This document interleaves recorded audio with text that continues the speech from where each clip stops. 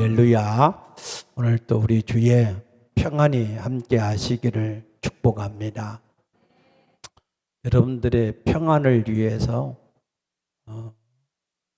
사실을 말씀을 드리면 우리나라는 코로나 바이러스 확진자가 약 1%의 확진자가 있습니다. 우리나라 5,200만이니까 1%면 52만 정도의 확진자가 있습니다. 그래서 이 5,200만을 하루 동안에 다 검사하면 52만 명의 확진자가 하루에 나올 수 있습니다. 그런데 검사 수를 10,000명만 하면 확진자 수가 100명밖에 나오지 않고 1000명을 하면 10만 명을 하면 1000명이 나오고 20만 명을 하면 거의 2천만 명이 2,000명이 확진자가 나옵니다. 그러니까 우리가 생각하는 것처럼 확진자 이게 코로나 바이러스가 확 늘어났다, 줄어들었다 그렇지 않습니다. 검사하는 수에 따라서 검사를 많이 하면 확진자가 많이 생기고 검사를 적게 하면 적게 나오는 것 뿐입니다. 그러면 그게 이제 맞는 증거가 뭐냐면 만약에 코로나가 이게 확진이 많이 이게 많이 활성화되어진다. 그러면 뭐가 많아져야 돼요? 중환자들이 굉장히 막 많아져야 돼요. 그리고 사망자가 굉장히 막 높아져야 돼요. 그런데 확진자 수는 뭐 2,000명씩이 돼도 사실 중환자들이 많이 생겨가지고 막 중환자 병동이 없다고 난리치지 않습니다. 사망자가 많이 생겨서 그래서 이게 막 많이 죽어가고 그런 거 없습니다. 오히려 사망자 수는 더 떨어지고 있습니다. 독감으로 인해서 1년에 죽는 사람이 3,000명입니다. 하루에 보통 8, 9명의 사람이 독감으로 죽습니다. 그런데 아무도 독감이 몇 명 걸렸다, 몇 명 죽었다 그런 얘기 하지 않습니다. 코로나로 죽는 사람이 하루에 한두 사람, 많게는 3사람입니다. 근데 그 중에서도 기저질환자나 또 연세가 많으신 분들이 그러한 이 사망을 당하고 있습니다. 오히려 독감보다도 이 코로나로 인하여서 죽는 사람이 훨씬 더 적습니다. 그리고 이 코로나 바이러스가 옛날에 없다가 갑자기 생긴 바이러스가 아닙니다. 옛날부터 있던 바이러스입니다. 그리고 이 바이러스는 치료제가 없습니다. 그러니까 우리가 확진을 받아서 병원에 입원을 해도 코로나 이 바이러스를 치료하는 약을 주거나 주사를 주거나 그러질 않습니다. 그냥 가만히 있다가 해열제나 주고 그래서 그냥 시간만 되면은 격리를 해제할 뿐입니다. 또 우리가 맞고 있는 백신, 이 백신은 코로나 치료제가 아닙니다. 그야말로 예방 주사 약일 뿐입니다. 그래서 어차피 이 코로나는 없어지지 않습니다. 또 거기에 대한 치료약도 없습니다. 지금까지 감기 치료약이 백신이 나와서 했는데 감기를 없앨 수 있었습니까? 감기 없애지 못합니다. 독감 없애지 못합니다. 어차피 코로나도 계속해서 갈 수밖에 없습니다. 그래서 이제 서방이라든가 미국 같은 데는 위드 코레라라고 해서 그냥 코로나하고 같이 산다. 더 이상 확진자 수를 뭐 발표하고 하는 건 의미가 없다. 그냥 증상이 있으면 증상이 있는 대로 감기 걸리면 병원 가서 감기 치료하듯이 그렇게 치료하면 된다. 그렇게 방향을 전환해서 갑니다. 그래서 우리나라도 앞으로 그렇게 갈 수밖에 없을 것입니다. 그래서 지금 현실이 뭐 앞뒤를 다 생각을 해봐도 갑자기 이제 뭐 코로나 확진자 수가 뭐 10만 명 검사했는데 한 50명밖에 없으니까 코로나 해제한다. 그런 일은 없을 거예요. 그렇게 될 수가 없습니다. 앞으로 그냥 코로나 검사 그냥 안 하고 확진자 발표 안 하고 그냥 위야무야하고 그냥 지나갈 거예요. 그러니까 너무 그 코로나에 대해서 두려워하지 말고 염려하지도 말고 오직 우리가 하나님 앞에 기도하면 이것도 또한 지나가리라. 아멘입니까? 지나가는 거예요. 이거는 어쩔 수 없이 지나가는 그러한 일들이기 때문에 우리가 우리 일을 하고 예배할 거 하고 하나님을 섬길 거 섬기고 하다 보면 하나님께서 은혜로 또 이 모든 일도 다 또 일상이 되게 하실 줄로 믿습니다. 그러므로 너무 거기에 코로나에 매여서 그것 때문에 너무 두려워하지 말고 평안할 수 있게 되기를 주의 이름으로 축복합니다. 우리 교회는 좋은 교회라 그랬습니다. 왜냐하면 우리 교회는 말씀으로 말씀을 풀어서 가르치는 교회이기 때문에 우리 교회는 좋은 교회인 줄로 믿습니다. 제가 2000년도에 LA에 공부하러 가기 위해서 간 적이 있는데 그때 교회를 한 12군데 정도 이렇게 탐방을 했습니다.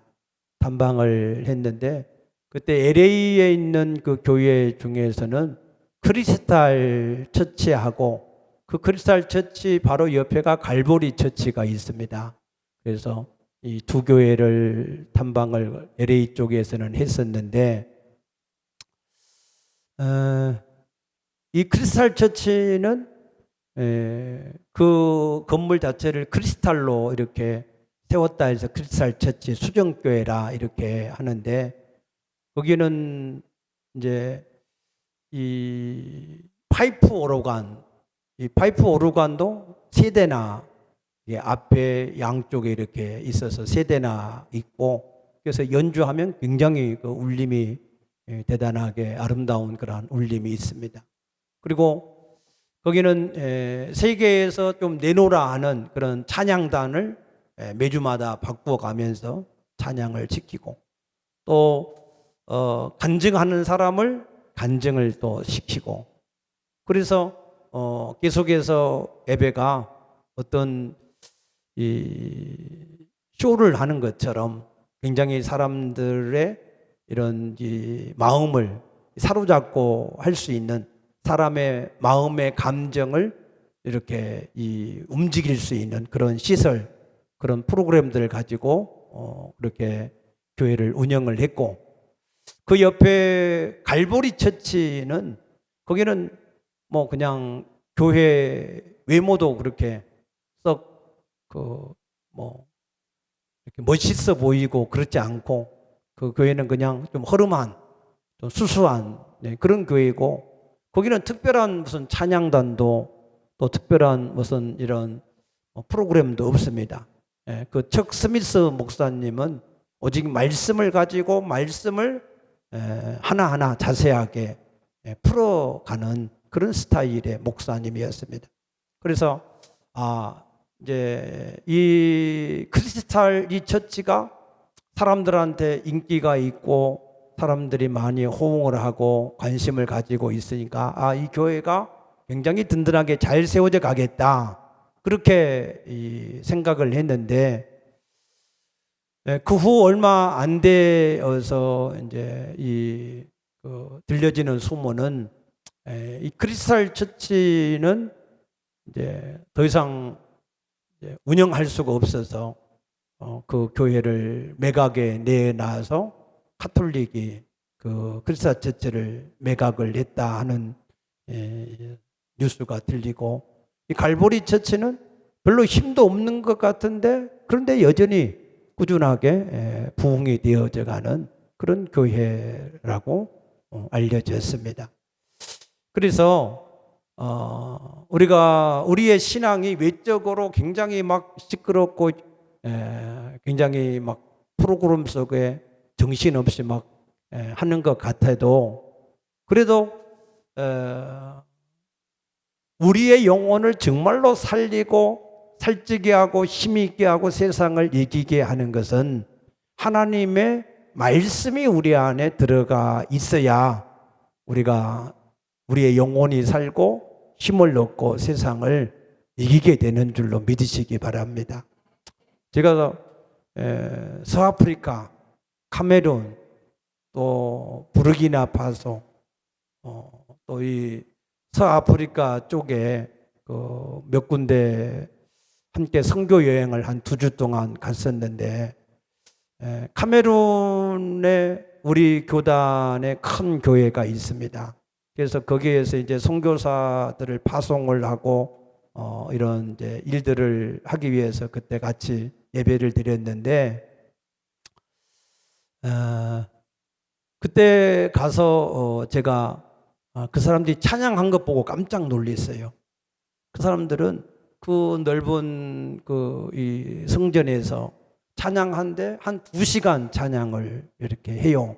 근데 일어나서 춤을 추고 막 열정적으로 이렇게 이 찬양을 하더라고요. 그래서 참 신앙이 대단하다, 대단한 열정이다, 이제 그렇게 생각을 했는데, 그런데 막상 찬양이 끝나고 설교를 하는 시간에는 사람들이 다 그 아프리카가 카메룬이 얼마나 덥습니까? 에어컨 틀어놔도 굉장히 덥지요. 다 졸아. 다 꾸벅꾸벅 졸고 다 말씀을 듣는 사람들이 별로 없어요. 그럼 그 증거가 뭐냐? 그 결과가 뭐냐?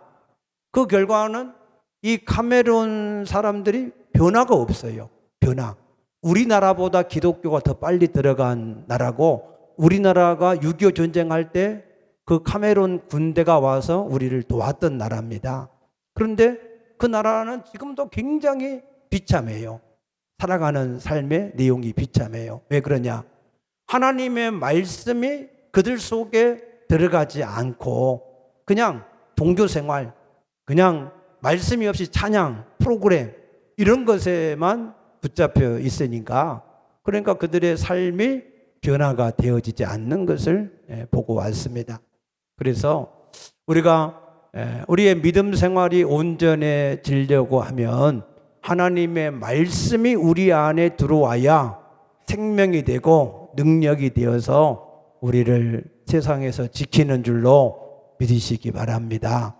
그래서 예수님도 이 땅에 오셔서 새로운 것을 말씀하지 않았어요. 마태복음 5장 17절에 내가 율법이나 선지자나 폐하러 온 줄로 생각하지 마라. 내가 폐하러 온 것이 아니라 완전하게 하기 위해서 오셨다 그랬습니다. 그래서 예수님은 율법이나 선지자 말씀에 없는 것을 말씀을 하신 것이 아니라 그 말씀을 풀어서 가르치셨어요. 그래서 마태복음 5장 21절에 보면 옛 말씀, 구약이죠. 구약에 살인하지 말라, 살인하는 자는 심판을 받으리라 라고 말씀하셨는데, 나는 너에게 이르노라, 너희는 형제에게 노하지 말라, 형제에게 화를 내지 말라는 거예요. 노하지 말라. 너희가 형제에게 노하면 심판을 받고, 형제에게 라가로 하는 말은 히브리 말로 욕입니다. 미련한 자, 가치 없는 자라고 하는 그런 뜻으로 형제를 무시하는 말인데, 형제에게 라가라고 하면은 공에 잡히게 되어지고, 형제에게 미련한 놈이다 이렇게 말하는 자는 지옥불에 던져지게 될 것이다 라고, 살인하지 말라고 하는 말씀을, 이 살인하지 말라고 하는 것은 형제를 사랑하라는 말씀으로 바꿀 수가 있는데, 형제를 사랑하지 않는 것이 어떤 것들인가? 형제한테 욕을 하거나, 형제를 무시하거나, 형제에게 화를 내거나, 형제를 미련한 놈이다 이렇게 평화하는 그러한 사람들은 그것 자체가 살인죄와 같은 것이다 라고 풀어서 말씀을 하셨습니다. 또 예수님은 엠마오로 내려가는 두 제자에게도 가셔서 다른 것을 말씀하지 않고 율법과 선지자의 글을 자세하게 풀어서 가르쳐 주었다 그랬어요. 그래서 그 말씀을 그들에게 가르쳐 줄 때 그들의 마음이 뜨거워서 그래서 엠마오로 내려가던 길을 돌이켜서 다시 사명을 감당하는 예루살렘으로 올라간 줄로 믿으시기 바랍니다. 그 예수님이 마지막 승천하시기 전에 제자들에게 부탁하셨어요. 너희는 가서 모든 족속을 제자를 삼아 아버지와 아들과 성령의 이름으로 세례를 베푸라. 그리고 내가 너에게 분부한 모든 말씀을 가르쳐서 지키게 하라. 내가 세상 끝날까지 너희와 항상 함께 있으리라고 하신 줄로 믿습니다. 그래서 예수님은 그 말씀을 다 이루었다 그랬어요.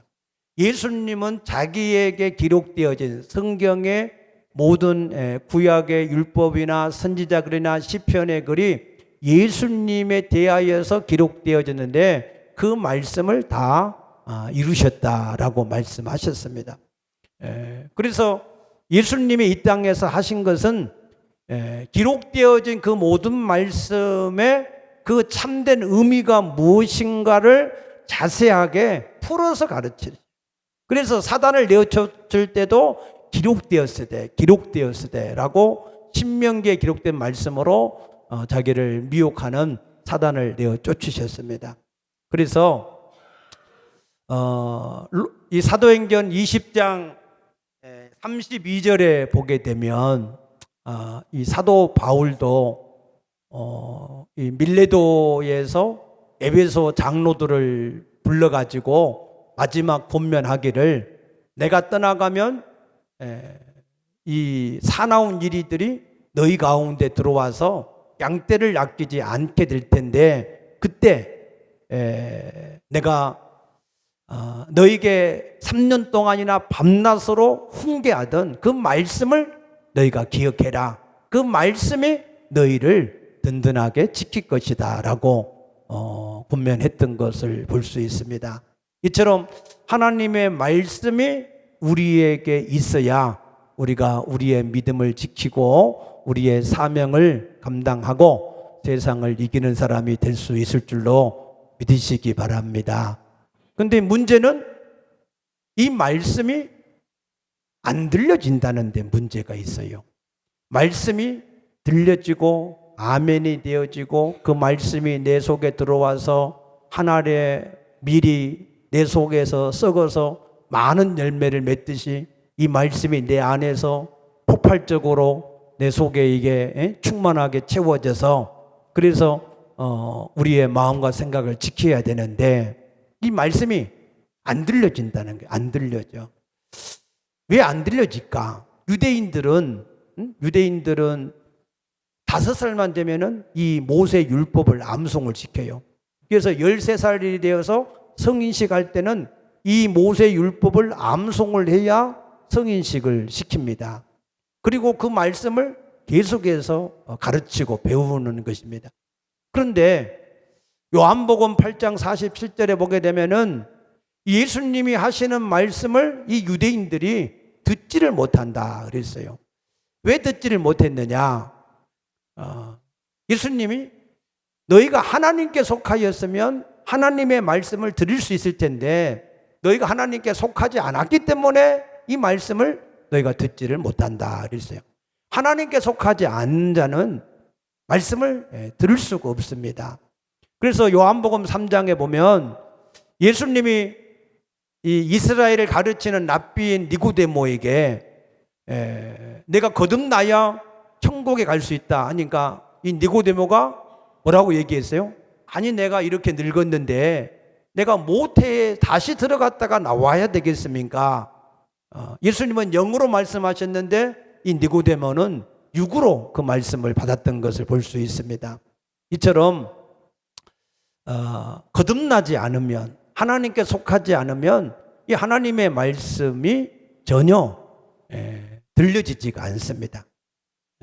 저도 경험적으로 보면 주일학교는 다닐 때 뭐 그냥 뭐 성탄절 선물 받으려고 다닌 수준이었고, 그러다 보니 중고등부는 교회를 등지고 살았고, 그러다가 청년회 때에 이제 허리 디스크가 와가지고 침 맞으러 갔는데 그 침을 놓는 분이 장로님이시라서, 그래서 그 장로님이 교회에 나오라 그래서 내가 한번 교회 갔는데 저 뒤에 앉아 있는데 목사님이 앞에서 강단에서 말씀하는데 무슨 말씀인지 하나도 안 들었더라고. 한국말인데 하나도 못 듣겠더라고. 무슨 말인지 알지를 못하겠더라고. 그래서 몇 번 다니다가 재미없으니까 안 다녔어요. 그런데 친구가 자꾸만 쪽지를 하나씩 주는 거예요. 날마다 성경 구절을 이렇게 써가지고 손으로 써가지고 이게 이 말씀을 매일 주는 거예요. 만날 때마다. 그래서 그 말씀을 한 번씩 읽어보고 버리고 했는데, 근데 어느 날 그 친구가 이제 연말이 됐으니까 기도를 좀 하러 가자. 그래서 저 부산 옆에 있는 무척산이라고 하는 그 산이 있는데 거기에 기도원이 있어요. 그래서 거기는 산 꼭대기에가 기도원이 있어요. 산 꼭대기에 호수가 있고 거기 기도원이 있는데 뭣도 모르고 그냥 금식 기도를 같이 따라갔는데 거기서 회개를 해야 된다 하니까 산기도를 하면서 이 회개의 기도가 터져서 이 회개 기도를 열심히 했습니다. 그래서 열심히 하고 내려왔는데 이상하게 그 다음부터는 이 하나님의 말씀이 이게 눈에 들어와요. 그래서 설교가 아니라 성경을 읽으니까 성경의 말씀이 이해가 되고 들어오고 재미가 있더라고. 그래서 열심히 많이 읽고, 그리고 열심히 이제 찬양대도 하고 교사도 하고 또 이 찬양 인도도 하고 열심히 섬기고, 그러다가 신학도 하고 이렇게 전도사도 하고 은사도 임하고 또 뭐 귀신이 내쫓기기도 하고 뭐 병이 치료되기도 하고 그런 것들이 다 나타났습니다. 그런데 이제 막상 개척을 해가지고 그때 당시에 항상 그 한참 이 사람들이 강해 설교가 우리나라 대세였어요. 그래서 강해 설교는 성경을 쪼개서 가르치는 거거든요. 그래서 개척해가지고 열심히 성경을 쪼개가지고 열심히 가르쳤어요. 근데 가르치고 했는데도 별로 그렇게 이 대단한 역사가 안 일어나더라고. 그리고 무엇보다도 내가 이 전도 훈련을 많이 받고 이 예수를 전하고 예수를 영접시키는데도 사람들이 변화가 안 돼요. 그래서 딜레마가 생긴 거예요. 도대체 복음이라고 하는 게 뭐냐?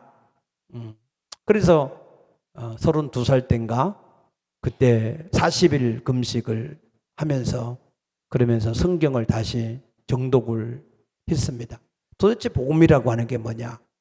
그래서 40일 금식하니까 영적인 이러한 많은 부분에서 깨달은 것이 많이 있지만 정작 복음이라고 하는 것이 잘 깨달아지지 않았어요. 이게 복음이다. 이런 게 깨달아지지 않았어요.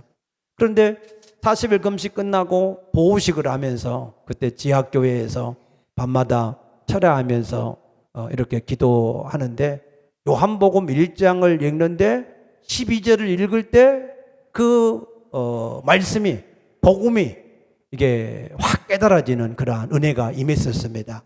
그래서 영접하는 자 곧 그 이름을 믿는 자들에게는 하나님의 자녀가 되는 권세를 주셨나니. 근데 이 성경 말씀이 창세기부터 요한계시록까지 복음적으로 이게 착 깨달아지고 찬송과 가사도 다 깨달아지고 저것은 복음적이구나, 저것은 복음적이 아니구나 하는 것들이 이렇게 깨달아지게 됐습니다. 그런데 신기한 거는 그렇게 깨달아지고 나서 그때부터 복음을 전하고 예수를 영접시키면 귀신도 떠나가고 병도 낫게 되어지고 여러 가지 많은 기사와 이적적인 일들이 많이 나타났습니다.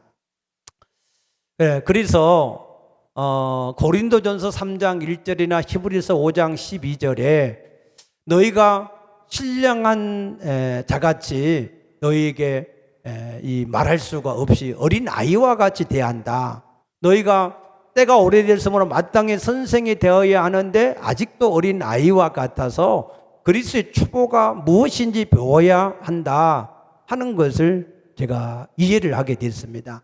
그래서 교회에 들어와서 예수를 믿는다고 신앙생활을 하기는 하는데 그 중에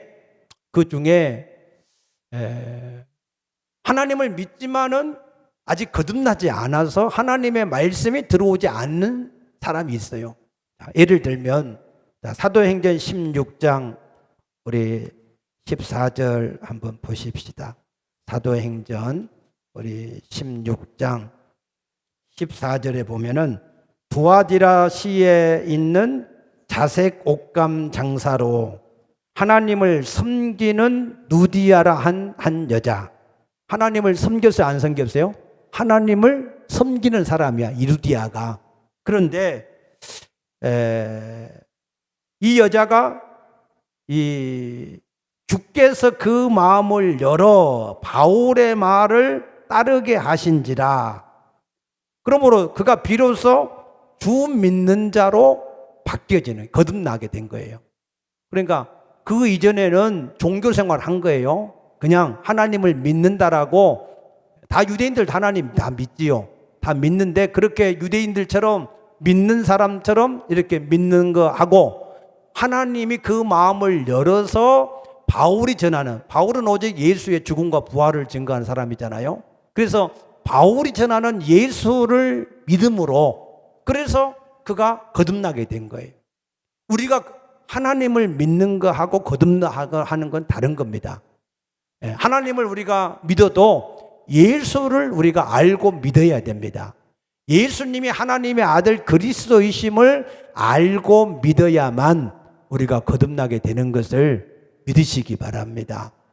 그래서 우리가 하나님을 믿는 그냥 종교 생활하는 수준에 있다가 이 하나님의 성령의 감동하심, 이 성령의 감동하심으로 예수를 알고 믿어야만, 그래야 그 사람이 진실로 그 순간에 거듭나는 사람이 되는 겁니다.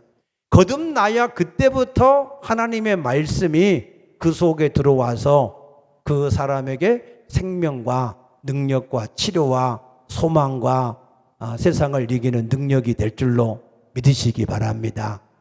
믿습니까? 네. 그러면은 어떤 사람에게 성령이 역사하시느냐? 성령이 역사하지 않으면 보기는 보아도 듣기는 들어도 알 수가 없다 그랬어요. 그래서 마태복음 16장 17절에 베드로 사도에게도 바요나 시몬아, 이것을 혈육이 알게 한 것이 아니라 하늘에 계신 내 아버지가 알게 하신 것이다 그랬고, 고린도서 12장 3절에도 아무도 성령이 아니시고는 예수님을 주로 신할 수 없다 그랬습니다. 그래서 오직 우리가 이 성령의 감동이 있어야만, 그래야 우리가 거듭날 수가 있는데, 그러면 어떤 사람에게 성령은 역사하시는가? 야고보서 4장 6절과 베드로전서 5장 5절에 보게 되면은 하나님은 교만한 자는 대적하시고 겸손한 사람에게 은혜를 베푸신다 그랬습니다. 믿습니까? 그래서 예수님의 산상수훈의 첫 번째가 뭐예요?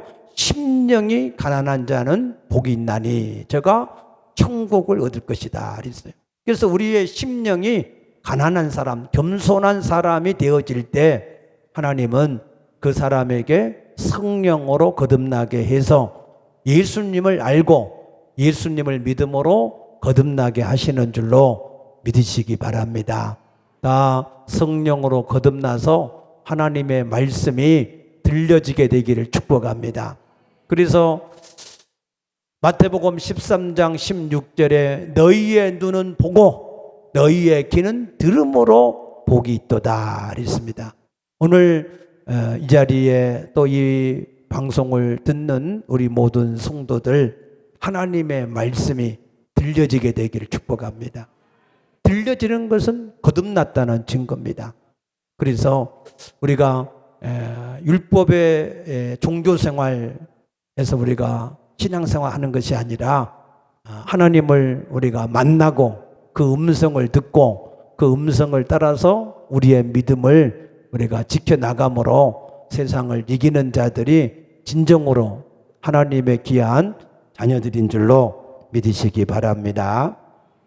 자, 오늘 본문의 말씀은 시편 78편 70절에서부터 72절까지 말씀인데, 오늘 본문에서 하나님이 왜 다윗을 택하셨는가, 다윗을 택한 그 근거가 무엇인가에 대해서 말씀을 합니다.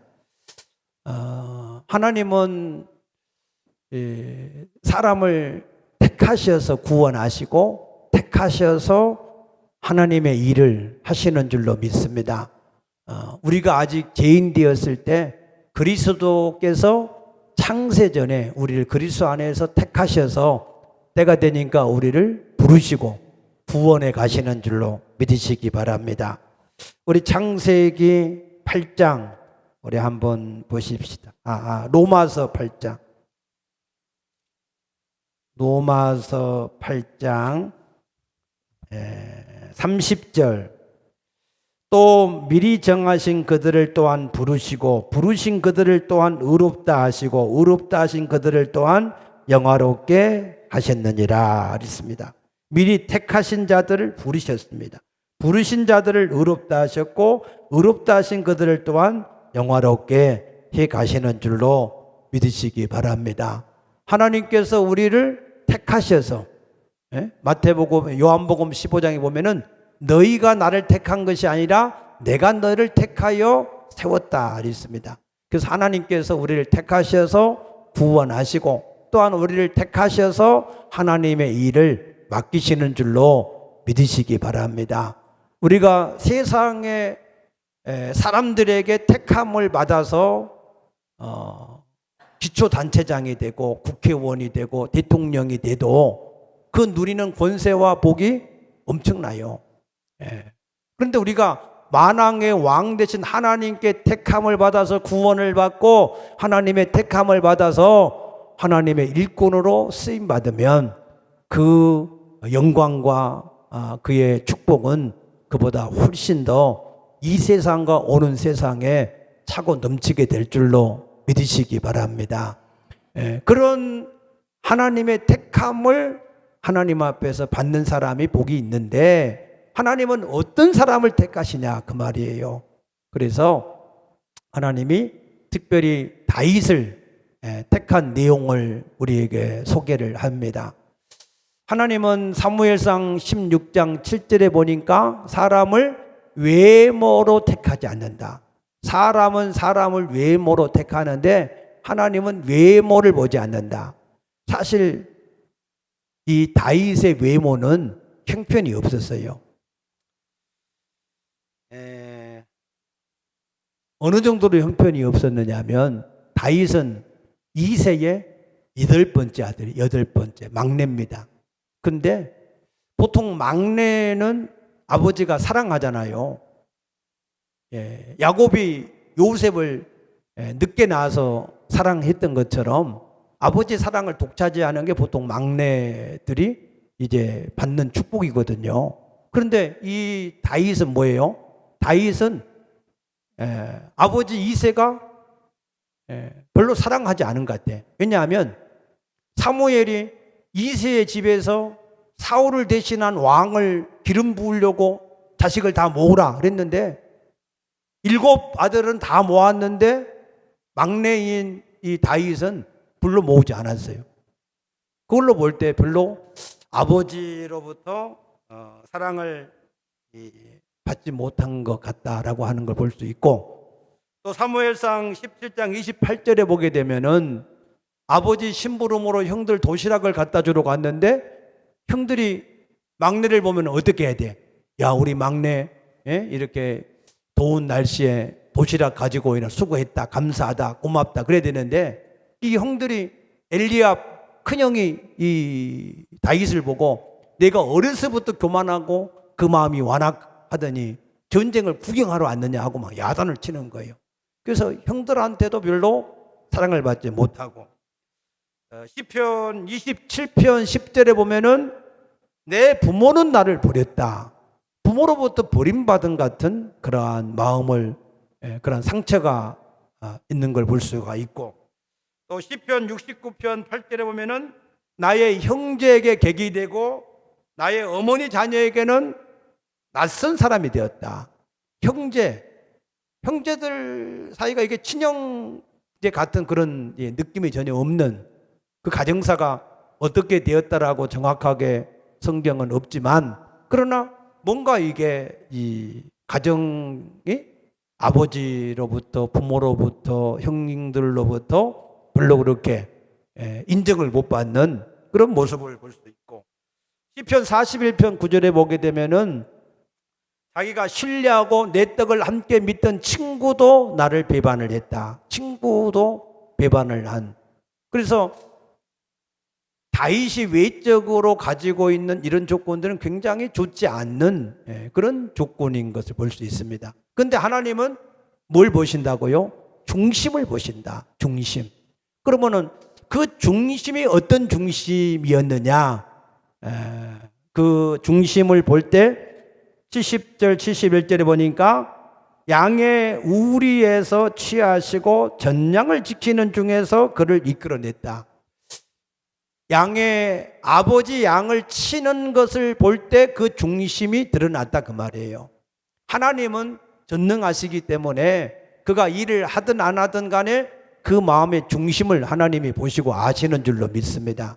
그런데 우리는 보통 그 사람이 어떤 일을 할 때 그 일을 하는 것을 보면은 그 사람의 중심을 우리가 알 수가 있잖아요. 그러면은 이 다윗이 어떤 마음의 중심을 가지고 아버지 양을 쳤느냐? 사무엘상 17장 34절에 보게 되면은 아버지 양을 칠 때 사자나 곰이 와서 양의 새끼를 빼앗아서 물고 가면, 그러면은 사자나 곰이 얼마나 무섭습니까? 생명을 잃을 수가 있잖아요. 그럼에도 불구하고 이 다윗이 그 사자나 곰을 쫓아가서 사자의 입을 벌려서 그 새끼를 빼앗아 왔다는 거예요. 구해 왔다는 거예요.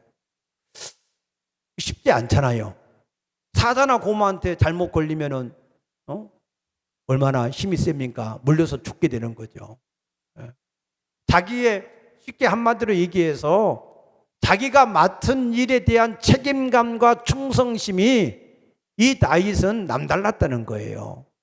자기의 목숨을 내어놓는 그러한 이 상황이 된다 할지라도 자기에게 맡겨진 그 사명을 감당하는 일에 있어서는 철저했다는 겁니다.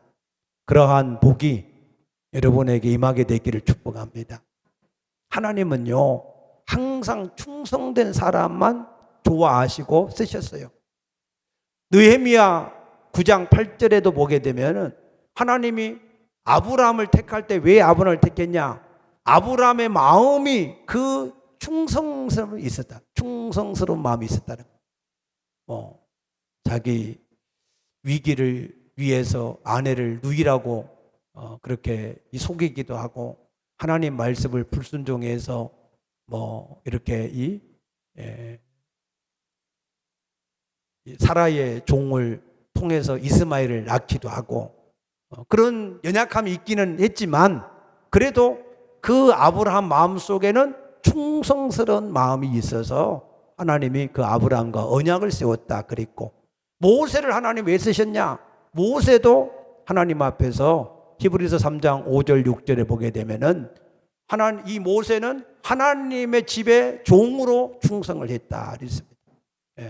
그래서 항상 아브라함, 모세, 사도 바울도 어느 정도로 충성심이 있습니까?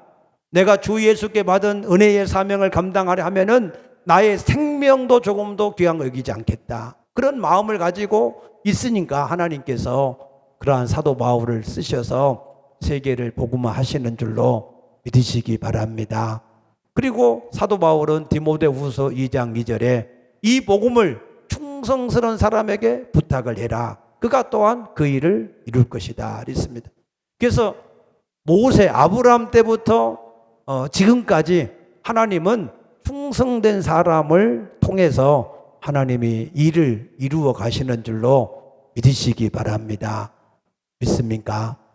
우리가 하나님의 은혜로 구원함을 받았고, 거기다가 하나님께서 우리를 붙들어서 쓰임받는 사람이 되어지면 우리가 하나님 나라에서도 영원한 축복을 누리게 될 줄로 믿습니다. 요한계시록 2장 3장에 보면은 7교회에 대한 말씀이 나오잖아요. 그 가운데 빌라델피아 교회만 책망을 듣지 않고 칭찬을 들었어요.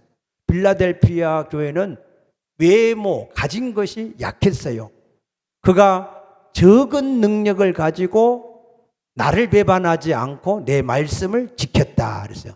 그래서 외적으로 가진 것은 열악했지만 그 마음에 충성심이 있어서 하나님을 배반하지 않고 그 말씀을 지켜냈다는 거예요.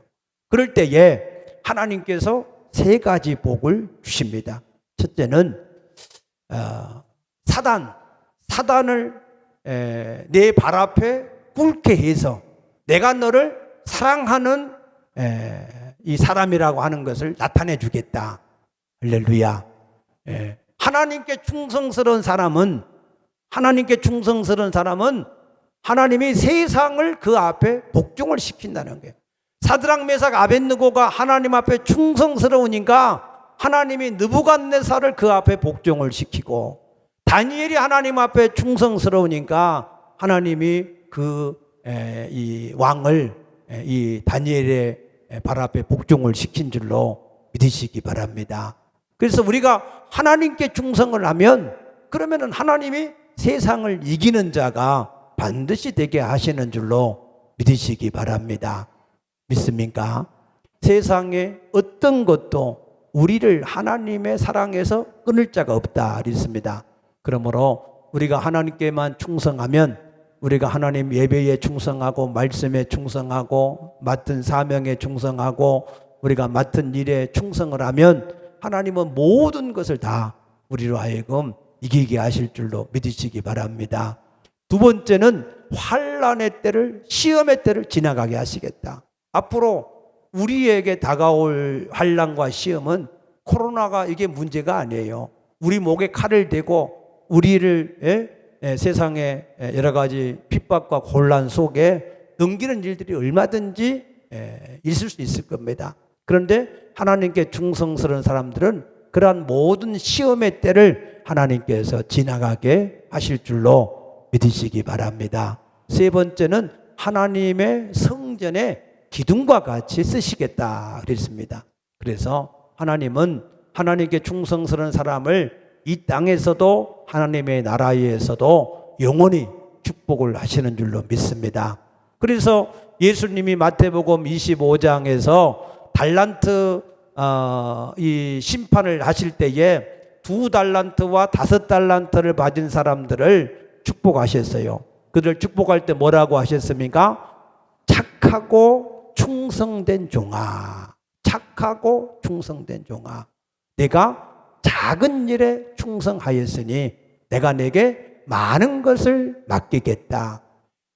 다윗이 아버지 양, 자기 양도 아닌 아버지 양을 맡아서 충성하니까 하나님이 이스라엘 전체를 다윗에게 맡겼던 것처럼 하나님 아버지도 우리가 이 땅에서 예수를 섬기면서 하나님 앞에 작은 일에 충성을 하면 하나님이 세상을 이기게 하게 하시고 세상을 다스리게 하는 그러한 자로 하나님이 큰 것을 우리에게 맡기시어서 이루게 하실 줄로 믿으시기 바랍니다.